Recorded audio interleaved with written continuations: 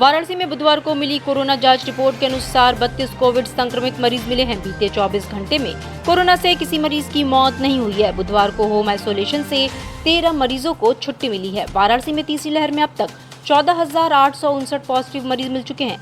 इनमें से 14,727 लोग स्वस्थ हो चुके हैं, जबकि एक्टिव केसों की संख्या 119 है।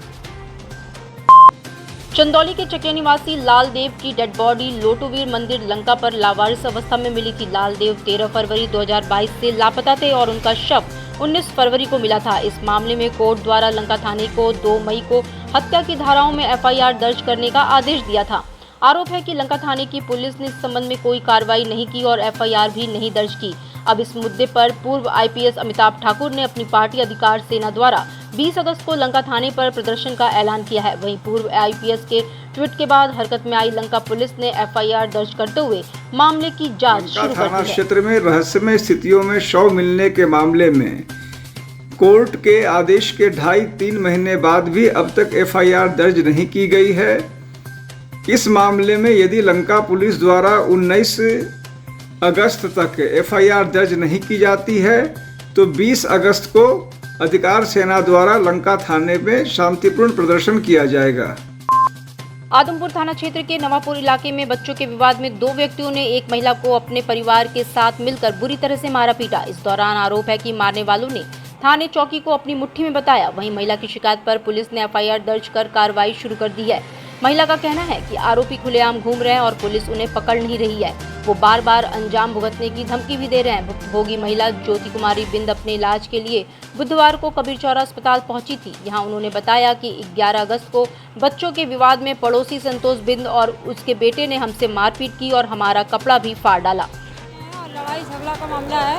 बच्चे आदमपुर थाना 11 तारीख रात 7 विवाद बच्चों की लड़ाई में, और उसमें जेंट्स आकर हम गए छुड़ाने के लिए, तो उसमें उसका मतलब पूरे परिवार मिलकर और जेंट्स संतोष बिंद ने उसका लड़का विक्की बिंद दोनों मिलकर हमको अद्धा पत्थर से मारने लगे और मेरे सीने पे हाथ लगा के खींच कर मेरा कपड़ा फाड़ दिए। और थाने पे जाने के बाद कोई सुनवाई नहीं हुआ है। अभी तक वो दिन दहाड़े घूम रहा है और हमको धमकी दे रहा है कि अगर हम जेल चले जाएंगे तुम्हारे परिवार वालों को तुमको खूब बहुत मार मरवाएंगे। क्या करता है? 10 ऑटो चलवाता है और कहता है थाना चौकी मेरे मुट्ठी में है। कई दिनों तक घटने के बाद गंगा के जलस्तर में एक बार फिर बढ़ाव जारी है। केंद्रीय जल आयोग की स्थानीय इकाई के अनुसार गंगा का जलस्तर वाराणसी में शाम 6 बजे 67.18 मीटर था। गंगा के जलस्तर में प्रति घंटा 3 सेंटीमीटर की रफ्तार से बढ़ोतरी दर्ज की गई है। गंगा के तटवर्ती इलाकों में अलर्ट घोषित कर दिया गया है। गंगा में जलस्तर के बढ़ने के बाद एक बार फिर नौकाओं को गंगा में जाने से रोक दिया गया है। साथ ही दैनिक संध्या आरती का भी स्थान बदल दिया गया है। एक बार फिर दैनिक संध्या आरती गंगा सेवा निधि की छत पर शुरू हो गई है। गंगा किनारे स्थित गंगा मंदिर के महंत अजय कुमार मिश्रा ने बताया कि गंगा जी लगातार बढ़ती और उतरती हैं और इस वर्ष लग रहा है कि ये अगस्त माह में भी बढ़ेंगी। ये माँ गंगा है और माँ भगवती जो विराट रूप में चलती हैं, तो उनको सोचना नहीं पड़ता है। और अभी माँ का ये बढ़ाव चलता रहेगा हमारे ख्याल से 1 महीने और। ये पूरा अगस्त तक ये चढ़ाव उतार लगा रहेगा। और पानी से खिलवाड़ न करे, तीर्थयात्री आ रहे हैं, तमाम आते हैं, स्नान करते हैं और उनको अंदाज़ा तो है नहीं पानी एक दिन में ये इतना ऊपर बढ़ गया है। अब देखिए आने वाले तीर्थयात्री उनको सोचना चाहिए। भिनगाराज अनाथालय परिसर में बुधवार को जिलाधिकारी कौशल राज शर्मा ने निरीक्षण किया। इस दौरान उन्होंने जिला प्रोबेशन अधिकारी से जानकारी हासिल की, जिस पर उन्होंने बताया कि एक व्यक्ति भिनगाराज अनाथालय परिसर के गेट का ताला तोड़ते हुए पाया गया था। उसे पकड़ा नहीं जा सका, पर उसके विरुद्ध FIR दर्ज कर ली गई है। निरीक्षण के दौरान DM कौशल राज शर्मा ने PWD जिला प्रोबेशन अधिकारी सहित अन्य अधिकारियों संग अंदर के जर्जर पड़े कमरों को देखा और उसे ध्वस्तीकरण करने व आगे के निर्माण के लिए विस्तृत प्लान तैयार करने का निर्देश दिया है। सनातन धर्म में भाद्र माह के कृष्ण पक्ष की षष्ठी तिथि को हल षष्ठी या ललही छठ मनाने की परंपरा है। इस बार भाद्र माह के कृष्ण पक्ष की षष्ठी तिथि यानी बुधवार को मनाई गई। इस क्रम में काशी के ईश्वरगंगी पोखरे पर सुबह से ही व्रती महिलाएं पूजा करने के लिए एकत्रित हुई और पूजा पाठ की। बता दी कि महिलाएं हल षष्ठी का व्रत संतान की लंबी आयु की प्राप्ति के लिए करती हैं। इस दिन व्रत के दौरान कोई अन्न नहीं खाया जाता। महुआ की दातुन कर हल षष्ठी व्रत में हल से जुती हुई अनाज और सब्जियों का इस्तेमाल नहीं किया जाता। इस व्रत में केवल चीजें खाई जाती हैं जो तालाब में पैदा होती हैं, जैसे तिन्नी का चावल, करमहुआ का साग, पसही का चावल आदि। इस व्रत में दूध और उससे बने उत्पाद जैसे दही, गोबर का इस्तेमाल नहीं किया जाता है। हल षष्ठी व्रत में भैंस का दूध, दही और घी के प्रयोग की परंपरा है।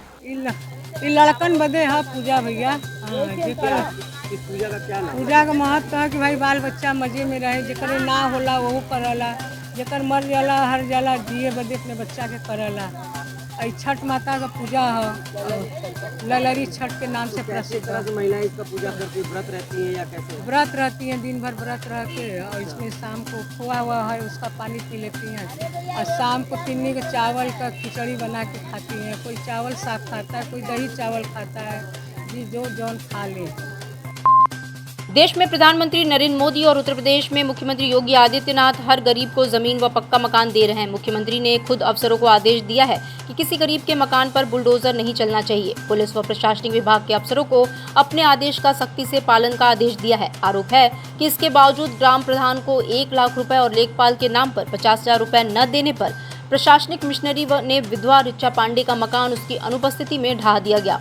अब वो महिला और गांव वाले खुलेआम सरकार से न्याय की गुहार लगाते हुए ग्राम प्रधान से लगायत सरकारी व्यवस्था की कलई खोल रहे हैं। मंगनू साहब को बेचा गया था, मंगनू साहब के द्वारा ग्राम प्रधान ने ये जमीन मुझे बेचा गया है, और मैंने उसके बाद में जब यहाँ पे 1 लाख रुपया ग्राम प्रधान को देने के बाद में जब यहाँ पे बाउंड्री कराने आई तो ग्राम प्रधान ने मेरा बाउंड्री रोक दिया, क्योंकि उसने कहा खुला कहा मुझसे कि 50,000 रुपया लेखपाल को दोगी तभी ये बाउंड्री होने देंगे।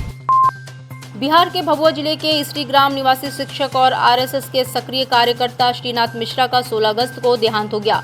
उनका शव बुधवार को दाह संस्कार के लिए वाराणसी के मणिकर्णिका घाट पर लाया गया, जहां उनके अंतिम संस्कार में केंद्रीय मंत्री अश्विनी चौबे भी शामिल हुए। इस दौरान उन्होंने कहा कि श्रीनाथ मिश्रा राष्ट्रीय स्वयंसेवक संघ के जीवन भर सेवक रहे और जीवन भर इन्होंने संघ के अनुकूल जीवन जिया। वो अपने लिए कभी नहीं सोचते हैं, बस हमेशा समाज की चिंता करते रहे। उन्होंने संघ की हर मंशा को पूरा किया। वो शिक्षक भी थे, इसलिए समाज से ज्यादा जुड़े रहे। उन्होंने कहा कि आपातकाल के समय में उन्होंने जेपी आंदोलन में हमारे साथ बक्सर जेल में भी कई दिन बिताए और देश के लिए संघर्ष किया।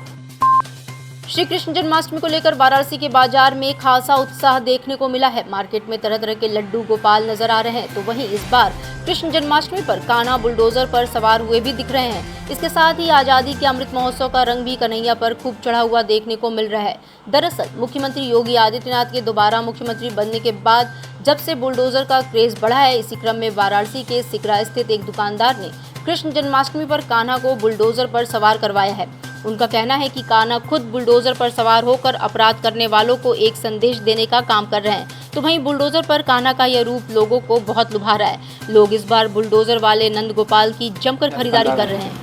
हम लोग भगवान जी के विभिन्न प्रकार के वस्त्र, माला, मुकुट, और इस बार जो है कान्हा जी बाबा योगी की तरह जो है बुलडोजर पर बैठे हुए आए हैं, अपराधियों के खिलाफ जो है लगाम लगा रहे हैं। सर मार्केट में क्या खास लेके आया, क्या किस तरीके की चीज़ें लेके आया है आपने मार्केट में? हम लोगों ने मार्केट में कान्हा जी के विभिन्न रूप लेकर के आया, और सबसे स्पेशल इसमें लोगों को लुभा रहे हैं। बाबा की तरह जो है जो अपराधियों को बुलडोजर चल रहा है, कान्हा जी जो है जेसीबी चलाते हुए, ये लोगों को बहुत आकर्षित कर रहा है और ज़्यादा पसंद भी कर रहे हैं लोग। ज्ञानवापी मस्जिद श्रृंगार गौरी मामले में जिला जज के यहां 18 अगस्त को सुनवाई होगी। इसके पहले श्रृंगार गौरी के पैरोकार डॉक्टर सोहनलाल आर्या को पाकिस्तान के 2 नंबरों से धमकी भरा कॉल आने से हड़कंप मच गया है। फिलहाल सोहनलाल आर्या ने अपने अधिवक्ता सुभाष नंदन चतुर्वेदी के सहयोग से जिलाधिकारी और पुलिस कमिश्नर से मुलाकात की और शिकायत दर्ज कराई है। वहीं जिला प्रशासन, पुलिस और खुफिया एजेंसी इसकी जांच में लग गई है। इस संबंध में डॉक्टर सोहनलाल आर्या ने बताया कि पाकिस्तान के 1 नंबर से आतंकवादी संगठन या खुराफाती तत्वों ने पूर्व की भांति हमें धमकी दी है। इसके पहले 19 मार्च और 20 मार्च को हमें धमकी दी गई थी।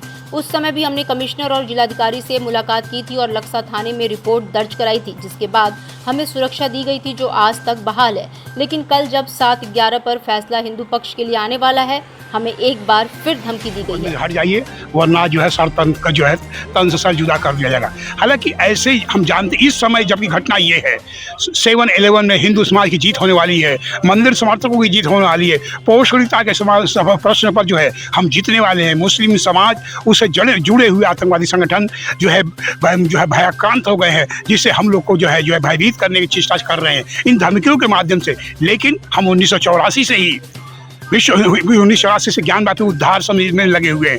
हम डरने वाले नहीं हैं। और झुकने वाले नहीं हैं। हम जैसे ही कल पता लगा, हम अपने अधिवक्ता माननीय सुभाष चंद्र चतुर्वेदी जी से संपर्क किए। उन्होंने कहा आप कचहरी में आइए, हम कमिश्नर महोदय जी।